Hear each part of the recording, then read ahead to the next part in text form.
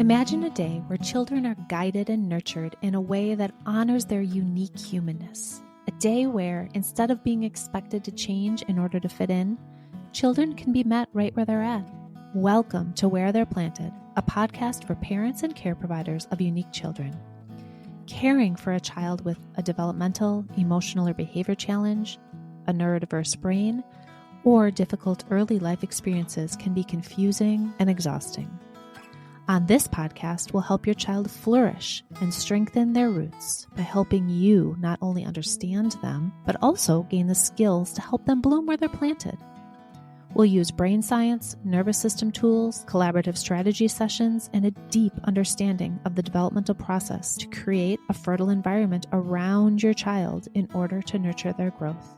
I am your host, Jen Bluske, an occupational therapist with over 25 years of experience and a parent coach. My most closely held title, however, is that of a single mom of 2 thriving adopted kids, so I have walked this walk. I am truly excited to share, teach, and dive into these important topics on each episode. Welcome back to Where They're Planted. I'm your host, Jen Bluske. In today's episode, we are continuing on in our series for Autism Advocacy. And today we are going to be bringing back Jordan Salzano and having a conversation about bullying. Jordan is able to bring to this conversation a whole lot of lived experience. And we also get to talk about work that she is doing in supporting anti-bullying movements specific to neurodivergent folks, but also generally. And kind of bring into the conversation what the ripple effect of bullying is into the family system and what parents can do to be supportive of their kids who may be experiencing bullying. So this is one not to miss. Jordan Salzano is an aspiring motivational speaker with niches in anti-bullying advocacy, autism and self-advocacy, disability advocacy, and general motivation. She's a published self-help author, a self-help podcast host, and a content creator. She published her debut self-help book, The Everlasting Hunger for Improvement, in December of 2020, and her second book, Dead Ends on a Direct Road, in early March of 2026. She has spoken at NAMI Citrus in March of 2026 and at national autism conferences, including as a keynote speaker at the statewide Florida Center for Autism and Related Disabilities Conference this past January. She's an occupational therapy assistant student. She gives anti-bullying initiative presentations across campus at Springfield College in Springfield, Massachusetts as a student. Welcome, Jordan. Good to see you again. Thank you. You too. Thank you so much for having me and for the part 2 of the previous episode that we did. Yeah, I'm excited for it. I know that in our previous episode, we had spent some time just talking about just advocating for ourselves and things like that. And we started upon the concept of bullying and bullying it within the neurodivergent population. And I just felt it was important enough to bring you back to have that conversation together. We have not had this conversation at all on this podcast, and I feel like it's so prevalent for so many of the families that we're working with. So I wanted to start with, how did you first come to focus on bullying in neurodivergent communities specifically? That's a great question. A lot of it, or pretty much all of it, actually comes from personal experience. I was bullied. I have autism. It was Asperger's at the time, but now it's called autism. And also have ADD. But I was bullied literally almost all throughout my school years, elementary, middle, high school, and even college. You wouldn't think so, because college, it's a different time period. Everybody's pretty much adults, but you'd be surprised. So obviously going through it was very difficult. I experienced mostly verbal and emotional. Well, emotions tie into all aspects of bullying, but what I'm trying to say is verbal, social bullying, but I also experienced some physical as well. And as time went on, especially around the time that I reached college, I had this idea, because unfortunately, people in the neurodivergent community, a lot of people experience, because we are thought of as, I'm going to go quote unquote here, outcast, or we're thought of as different. And a lot of people who, even there are also neurodivergent people out there who are also bullies, but I'm talking about specifically this population. there are people who, when they see something different, something that they don't understand, they fear it. And therefore they feel like they have to act out. And a lot of that, something that I would remind myself of when I was more so now, because in the moment and spur of the moment, it was very difficult to remind myself of this. I thought it was something wrong with me. But a lot of people do that when they don't understand something. They're afraid of it. And therefore it gives them no right at all. It's absolutely terrible. It's disgusting, but they feel the need to act like that towards somebody else. So I will say that, especially in college, I kind of put all of this why I've mentioned that's because I was putting all of this together, and I wanted to bring awareness that bullying, unfortunately, is very prevalent in the neurodivergent community, and even neurotypical as well. But it's pertaining to this topic, neurodivergent, and B, it has a lot more effects on people than people might initially think. Absolutely. It's interesting because before we met today, I pulled just a simple statistic, which kind of actually floored me. According to the CDC, and this is data from 2021 to 2023, which appears to be the most recent data, 34% of teenagers report being bullied in the past 12 months. And then teenagers with a developmental disability or neurodivergence were 45% of teenagers with neurodivergence were bullied. And so like the incidence is just so much higher. And this is just self-report. And so, right, we know that probably the percentages are much, much higher.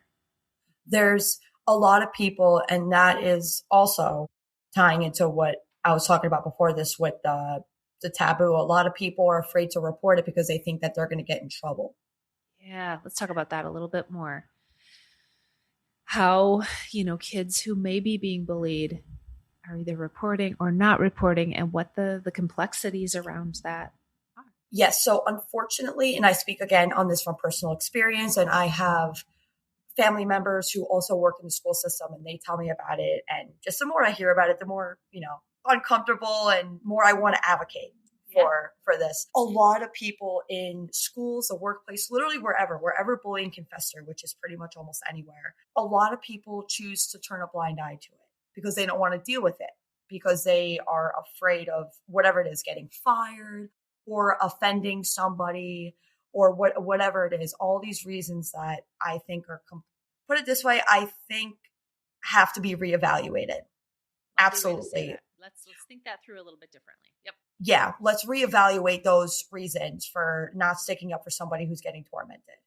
And I will call bullying tormenting because it really is. And a lot of kids, unfortunately, and I speak on this again for personal experience, are afraid to speak up because they're afraid of the repercussions of saying, oh, well, this is your fault. I've had people tell me that I was getting bullied because it's my fault.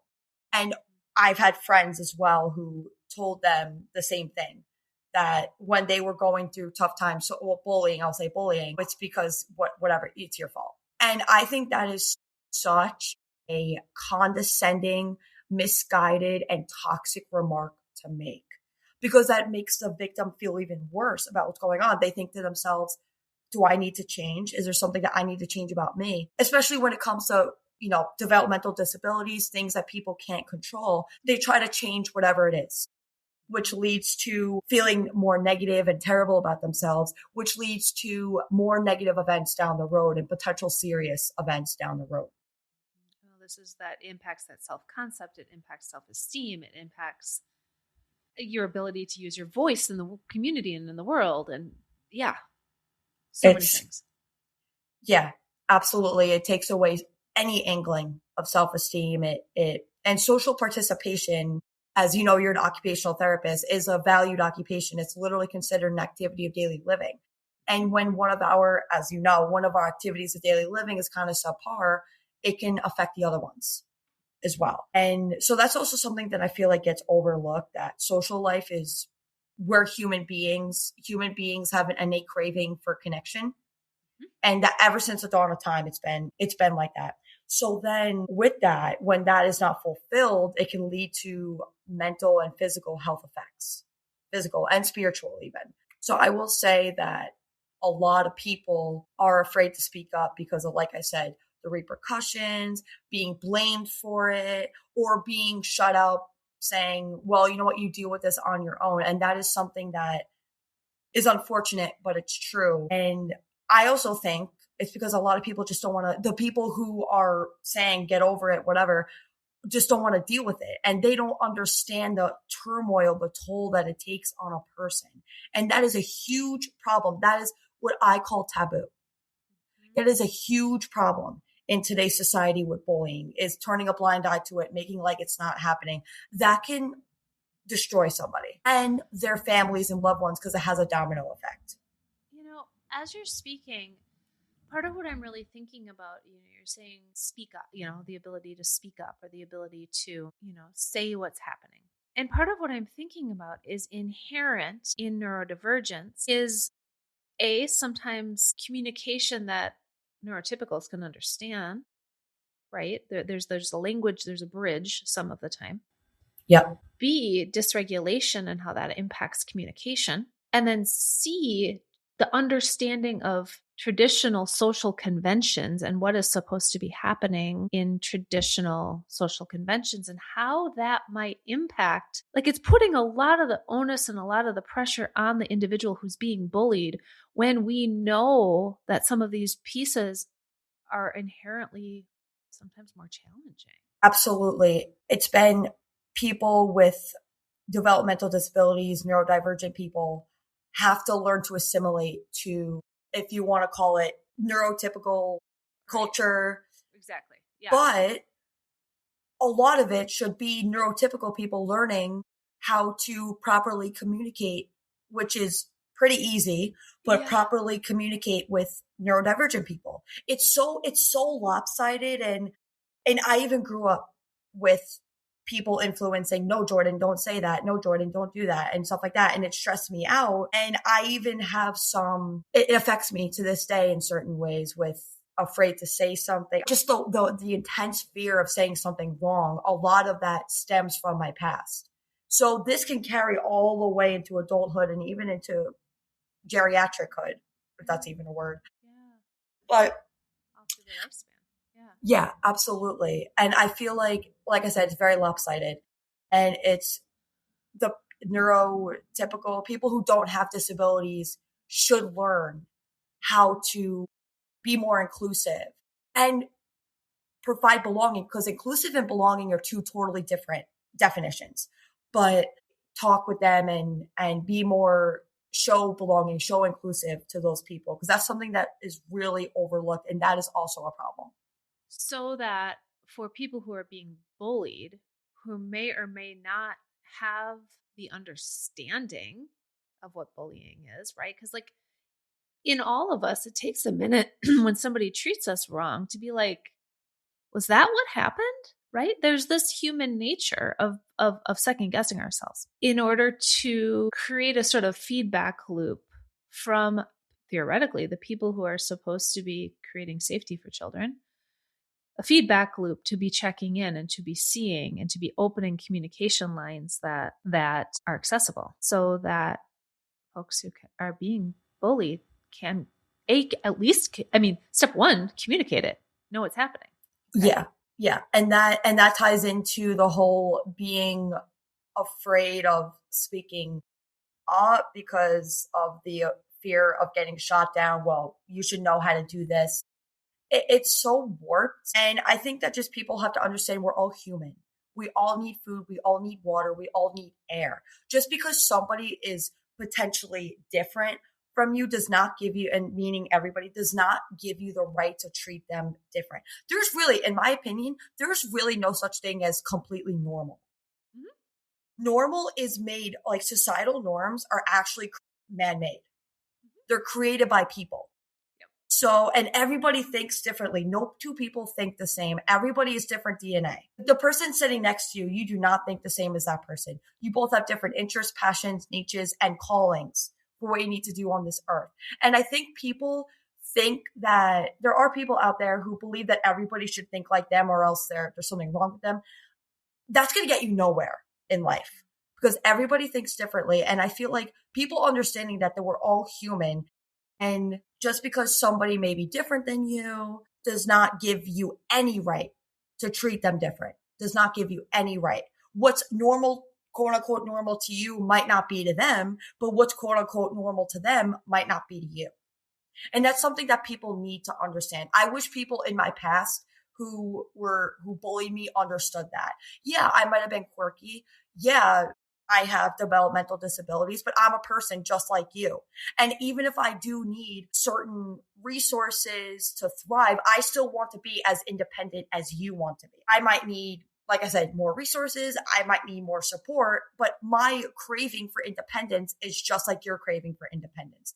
My will to want to live my life to the fullest, to live the best life possible, to achieve my goals, my dreams, and my aspirations are just like you. And that's something that people have to understand more. So within that, let's take it backwards for a second. Within bullying, right? When that drive for humanness, that drive for independence, that drive for autonomy is pushed down through bullying. What do you notice, or how do you speak about sort of the ripple effect that can happen?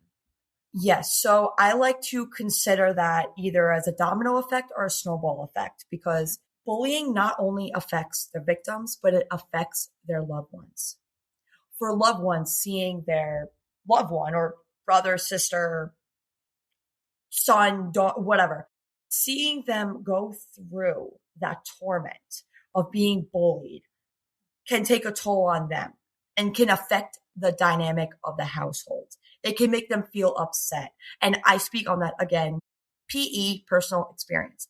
When I was going through bullying, it affected my household dynamics. It affected my conversations. When my parents would be like, "How's your day going?" I'd go, "It was terrible."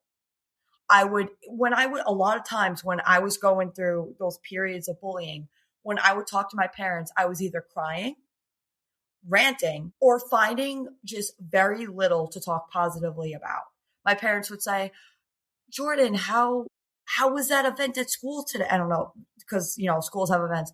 I'd be like, "It was okay." And also not only that, when we would be going out and doing stuff as a family, going to whatever it was, I would not want to go because I was so devastated. So it affected not only the social belonging part of it in my household, but also my drive and my will to want to go out and do things, to go to places. I was afraid to go to school. I was afraid to go to extracurricular activities.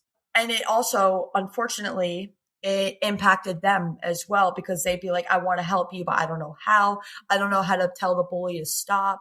And it made my parents cry. I've seen my parents cry from it. So, and that's something I want people to understand too, is that is something that's very hidden, that is not talked about, that there is a domino, a snowball, a ripple effect that takes place when an individual is being bullied. And I can imagine that for parents, you described kind of your experience in your family and, kind of what you saw out of your parents. I can imagine that parents might feel a lot of confusion and might not know what's going on. Or if they do, if their child is telling them, may feel ineffective to create change.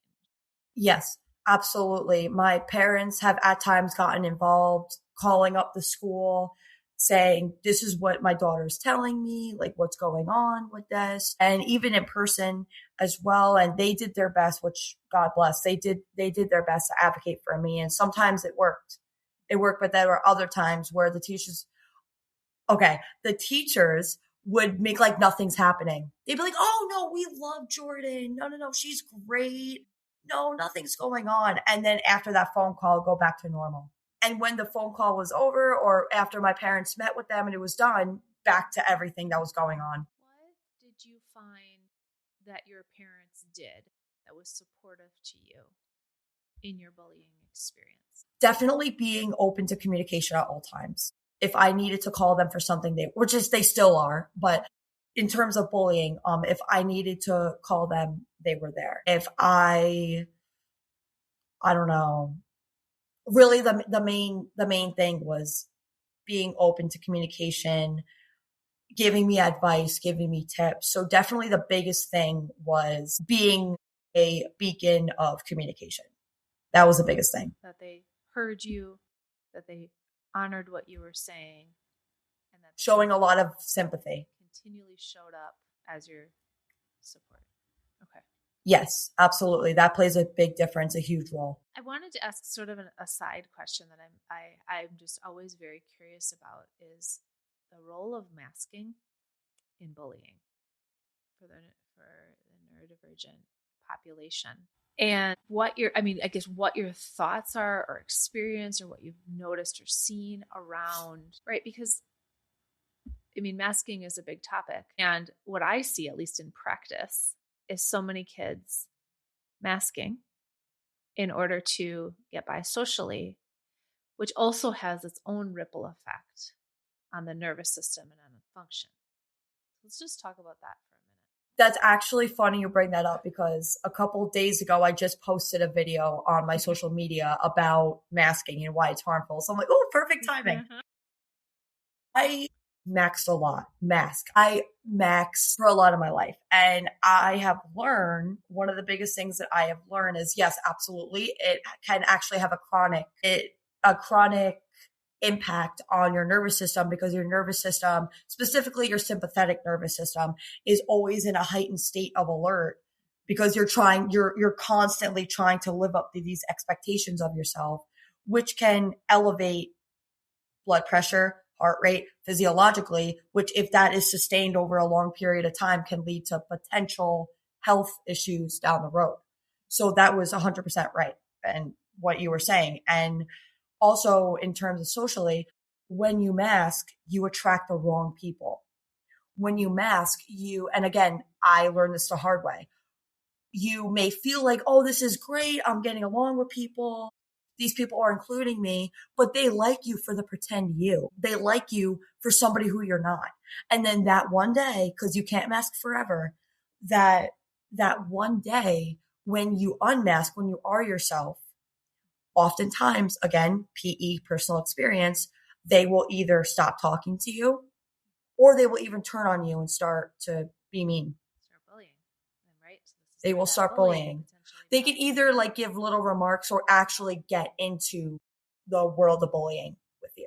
So that is one of the many reasons why masking is so harmful. You may think you're doing yourself justice, you're doing yourself a favor, but the truth is there. The truth will come out one way or another. And when we don't mask, when we are our true authentic selves, we attract the right people. We attract the people who are meant to be in our lives and who love us and want to be with us because of who we are. And each and every one of us has ourselves for life. Treat ourselves well. Treat ourselves like gold. Treat ourselves with love. And that includes being our authentic self, which includes not masking. Treating ourselves with that love and compassion. We have ourselves for life, so treat ourselves well. And so I can imagine that something parents can do is see their authentic child and really honor the authentic version, the unmasked version. One of the worst things that in terms of bullying that a parent can do is blame their kid for being bullied. That is one of the worst things. It's really kind of despicable. I know that's a very strong word, but that's just how I feel. It's despicable for a parent to be like, oh, well, you know what? This is your fault that you're getting bullied. That showing that I think the right word, sympathy, showing that sympathy and saying that's a them problem. Because a lot of times bullies bully because they have something going on in their life. They have a gaping hole. They have some sort of emptiness that they think gives them the right, which it doesn't at all, but they think it gives them the right to be like that. And so I can imagine that it's a fine line between teaching some skills of how to stand up for yourself in the face of bullies or engage and blaming, right? Because we're not blaming children for being bullied by any means. And I'd imagine a lot of parents want to jump into teaching, like a teaching mode. That's what my parents said. They were like, Jordan, if they say this, you do this, and which was very helpful. And yes, I will say that even with all this, it is very difficult to stand up to a bully because they're scary. Yeah, they're scary. No matter, how severe the bully, even if it's just like on the more milder side, it's still scary. You don't want to encounter it. You don't go every day, yes, I'm getting bullied. Like nobody does that. Nobody does that. But something I will say is if they feel that they can act like that, if they feel that they have that autonomy, you have every right to stand up for yourself. You have yourself for life. And part of treating yourself well is not putting up with it. Standing up for yourself. And no matter in what way that might be, do not let people walk all over you. Don't, if I've let people do that in the past and all it did was make me feel worse about myself. And yes, it's very uncomfortable sticking up to a bully, but in even the short run, you will be like, wow, kudos to me. I just did something very difficult. And most of the time, bullies pick on who they think are quote unquote weaker, if that's even the right word, but people who they think they have dominance over. But once that person shows counter dominance, they back off. A lot of them back off. They're like, oh, this is not what I thought. Okay. And so let's shift then off of that into some of the anti-bullying work that you're doing and what, let's frame, in the ideal world, in our next iteration of this society, what do we need to do about this?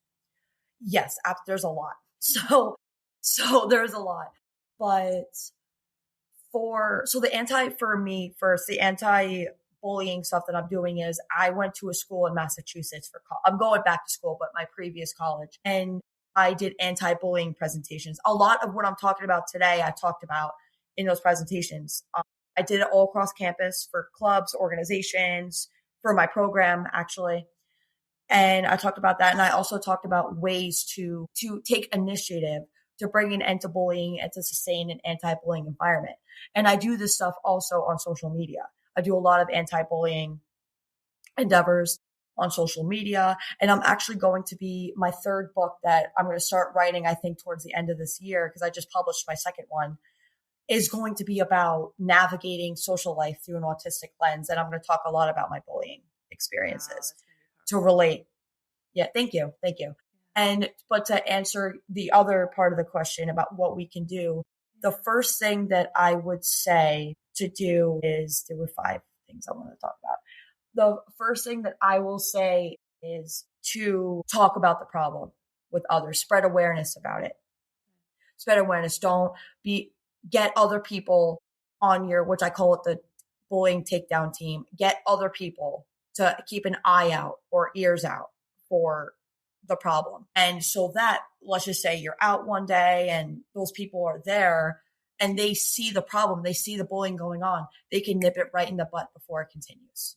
So getting a bullying takedown team, more eyes and ears are better than one pair, if that's even the right phrase. But yeah. And so are you like talking about other adults I'm thinking about school specifically. Are you thinking about, asking for there to be, really conscious effort? Are you talking about pulling other kids, peers? Anybody.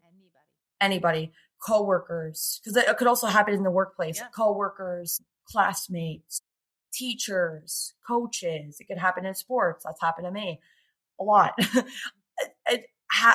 Having anybody be great with that, telling people about it, spreading awareness about the problem. More people will be on board with looking out for it. And then that means that the quicker it could be taken down, the bullying. Nice. That makes a lot of really, really good sense. And get your draft picks. Yeah. Pick your team. With the first overall pick. Mm-hmm. Yeah, exactly. To be supportive. And I'd imagine that, parents can advocate for such things in school, in friendships. What kind of education do you find that people need in order to be on that team? That's a good question. Kind of tying into what I said earlier, that bullying has a very detrimental effect on people. It affects not only them, but affects their loved ones. So remembering that there is a harmful domino, snowball, ripple effect there. And also remembering that we're all human. And just because somebody might be considered quote unquote different than somebody else does not give them the right to act that way. And if bullies, that's another thing. Bullies, if they continue this in the real world, and we're all in the real world, but I'm trying to say post education, In the adult world, yes, they are going to get their butt handed to them. Nobody, they will get their butt handed to them, especially if they come across the wrong person and they act like that. They will wish they didn't. They will wish they did not. And so, I mean, I would imagine that there's, off of that there's some overarching education. And again, I'm thinking children, because you're right, into adulthood, it becomes much more serious, right? You're going to break some laws, right?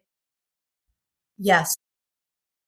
In children, is there, what are your thoughts on education around like what bullying even is? I feel like, seriously, believe it or not, I feel like that should be potentially even a class in school. I know that sounds kind of, or maybe just something that's talked about a lot. Let's put it that way. Maybe an assembly. I know there is assemblies about it, but it needs to be reinforced. It can't just be because October is National Bullying Prevention and Awareness Month. It can't just be a thing in October. Oh no, bullying's bad. And then November comes and it's back to no. This is something that needs to be practiced all year. And I will say for teachers, because I got asked this question a few months ago when I gave, actually last year, I should say, when I gave one of the times I gave the presentation, I got asked, what can teachers do to help bring an end to bullying in classrooms? I will say, don't let it slide. Do not let it slide. If you see it, literally threaten suspensions or expulsion. So be very, very, very, very cut and dried about what is acceptable and what isn't acceptable immediately. First day. As first day. And if shades of gray of a little bit of teasing, right? Yes. And I know that sounds kind of harsh, but it's just because I'm so passionate about this. But it really impacted me for a huge portion of my life. In all the schools I've attended, I've gotten bullied, and with extracurriculars and in the workplace. So I'm just so like fed up, and it kills me inside to see that it's still happening. So that's why I sound very passionate about it. But I will say, yes, like you said initially, be like, if I catch any of you being a bullied, you will have severe consequences. Well, and like there's so much education that needs to happen for kids too. I mean, if you think about children who are potentially not being modeled potentially the best empathic engagement with others, and with what we're watching on screens and what kids are being, YouTube and what they're being exposed to, I would imagine kids sometimes just think that's how we engage with people. Yeah, because a lot of social media is another. That's a great point. That has contributed significantly to the increase. Mm-hmm. Exactly. No, and I think you're totally right that we need to be really, really clear for kids around the experience of the other person as a consideration, right? For what we do, how we engage is the consideration. Treat others how you would like. I know everybody says it, but it's so true. How would you feel? You meaning, when I say you, I mean everybody. How would you feel if you were getting bullied? Even if you've never gotten bullied before, how do you think you would feel? Bad, right? You wouldn't want to be afraid to go to school, extracurricular activities, work. You wouldn't want to make like you need to put up this facade. No, it's exhausting. It's traumatic. So think about before you want to go and treat somebody wrong, think about how you would feel, how you would want to be treated before you go and do that. Because there's also consequences with that. Even if it's not in the moment, like I said, down the road, if you encounter the wrong person, you are going to get your butt handed to you. Right. Things in adulthood, like the consequences. A lot of those things don't fly. Yeah, they get bigger. Yeah. They get much bigger in adulthood. In childhood is the time to learn. I also am thinking about in kind of like the what to do. As I really think through the parents I work with and in our work, I think it's hidden. I think bullying is often. I mean, it's very overt, but I think a lot of it ends up being hidden for kids. And we get school refusal, and we get sort of acting out dysregulation at home. Have you, in your work that you've done with bullying, what do you find the most effective way to teach somebody with neurodivergence the reactions or responses to being bullied? I mean, right, the real solution is to stop the bullying. right? That is the solution. And in the interim, until we are able to stop the bullying, what is something parents can hang on to in order to advocate till you drop? Okay, advocate for your kid. Advocate till you drop. Show your child. Advocate. Okay. The kid too. If you go to the school and the school blows it off, go again. Okay. Keep going, because the more that's what my parents did. The more that you advocate and you say, this is really messing, really, this is really affecting my kid, detrimental. This is really affecting my kid. If the school keeps blowing you off, I know it's exhausting, but keep doing it. And then if need be, go to higher ups, go to people who run that school. Seriously, it could do your kid wonders. So label that this is bullying and this is unacceptable, which your child is watching. And I can imagine, again, in the messy middle where the bullying maybe hasn't stopped yet, is also powerful for your child to see that you're not accepting it because of your advocacy. Yep. And if your child sees that you're not going to accept it, monkey see, monkey do, they will get that inkling of being like, hey, if my parents can do this, I can too. That could happen. Is there a place to role play or to specifically teach some of the skills, right? Because like you said earlier, it's scary. It's terrifying being bullied. And so is there a place to teach, some strong words, some strong language around, what is your experience with that? Absolutely. I will say in the home, role playing. I did a lot of that growing up, role playing with my parents. With not just the bullying, but also social situations. Jordan, if you walk into a room and it's quiet, do you start yelling? Do you start laughing? So I laugh hard every day, but laughing so hard. What do you do? Stuff like that. But in terms of bullying, I've done that especially with my dad, where he'd say something and then he'd be like, this is what you say. So doing a lot of role playing, that could really help. Because then the more you do it, the more it's installed in the kid's head. So that it's fresh. Next day, if God forbid, something happens, they right in their head, they do it. So I would say role playing, and also resources. So if a kid receives therapy, asking the therapist to go over role playing like that too, because that's what I did as well. Awesome. I love that. I love those.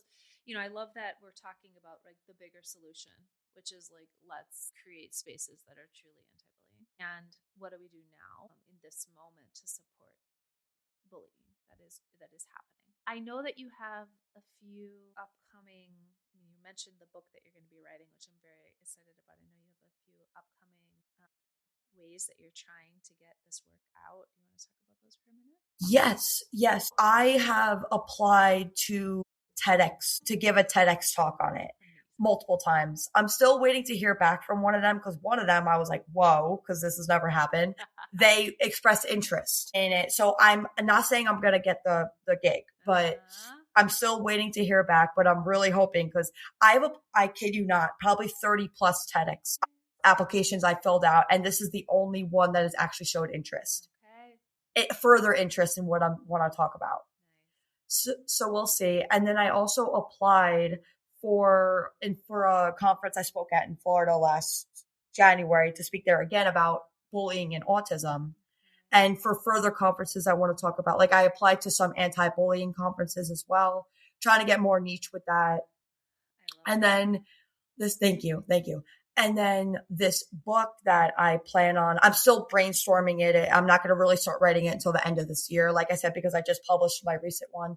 But it's definitely going to be along the lines of navigating social life as somebody with autism and ways to cope with, and also not stand for the bullying or not put up with it. That's the word up. That's what I'm looking for. Not put up with it. So along those lines, I'm still brainstorming. We'll see. But yeah, I really, it's a topic and I also do it on social media as well. It's a topic I'm very passionate about. And I just think it could be an easy fix. It's just, I really don't understand why. I'll never understand it, why people just let it go, why people feel inclined to do it. It's like, really, there's a million other things to be doing in this world. Yeah, it's time for a shift. And I'm really excited to see you popping up on TEDx and all over the place having this conversation with people. I hope so. Oh my gosh. If I really get this gig, I will cry because it's something that I've been wanting to do for years. And like I said, 30 plus applications. Powerful stuff. Yeah, Stuff. thank you. So we'll see. Fingers crossed. We'll see. But I really appreciate it. Thank you.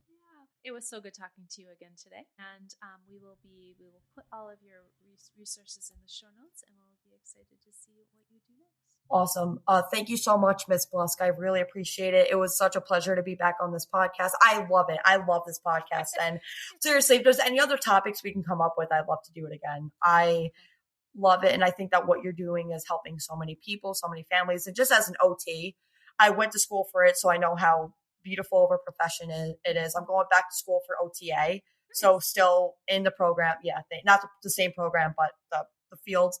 And yeah, I think what you're doing is inspiring so many lives, and I'm happy that I get to contribute to it in some way. Well, thank you.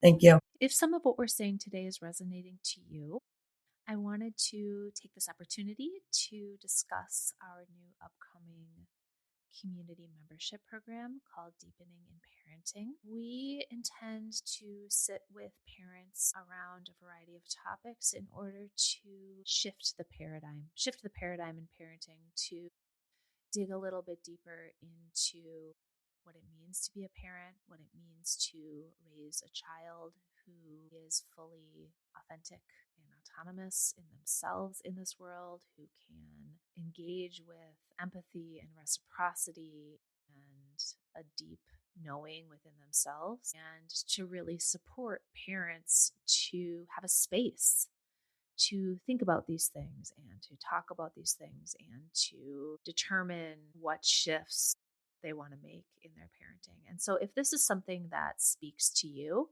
I invite you to sign up, to give it a try. You can sign up on our website at www.thrivingparentscollective.com/deepening-parenting-community. All of the information is there, and we hope that you will join us.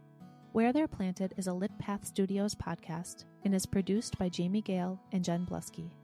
Music is by Gaston Reen and Pod 5. Thank you for loving your child right where they're planted.